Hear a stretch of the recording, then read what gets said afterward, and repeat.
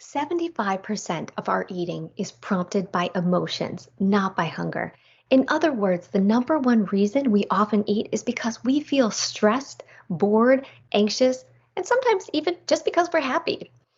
For some of my clients, addressing emotional eating is often their number one goal, and it is a game changer in improving their health.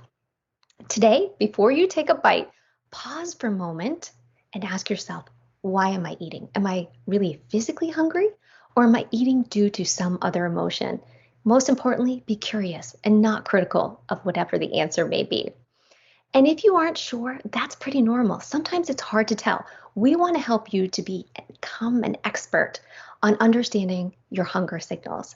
Remember, the more you understand which emotions trigger you to eat, the more that you can take charge of when and how you eat.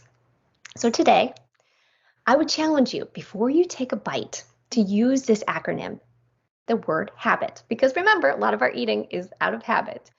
Ask yourself, am I hungry, anxious, bored, irritated, or sad? One of those emotions. This is going to help you to form a new habit of helping your hunger and not soothing your emotions with food.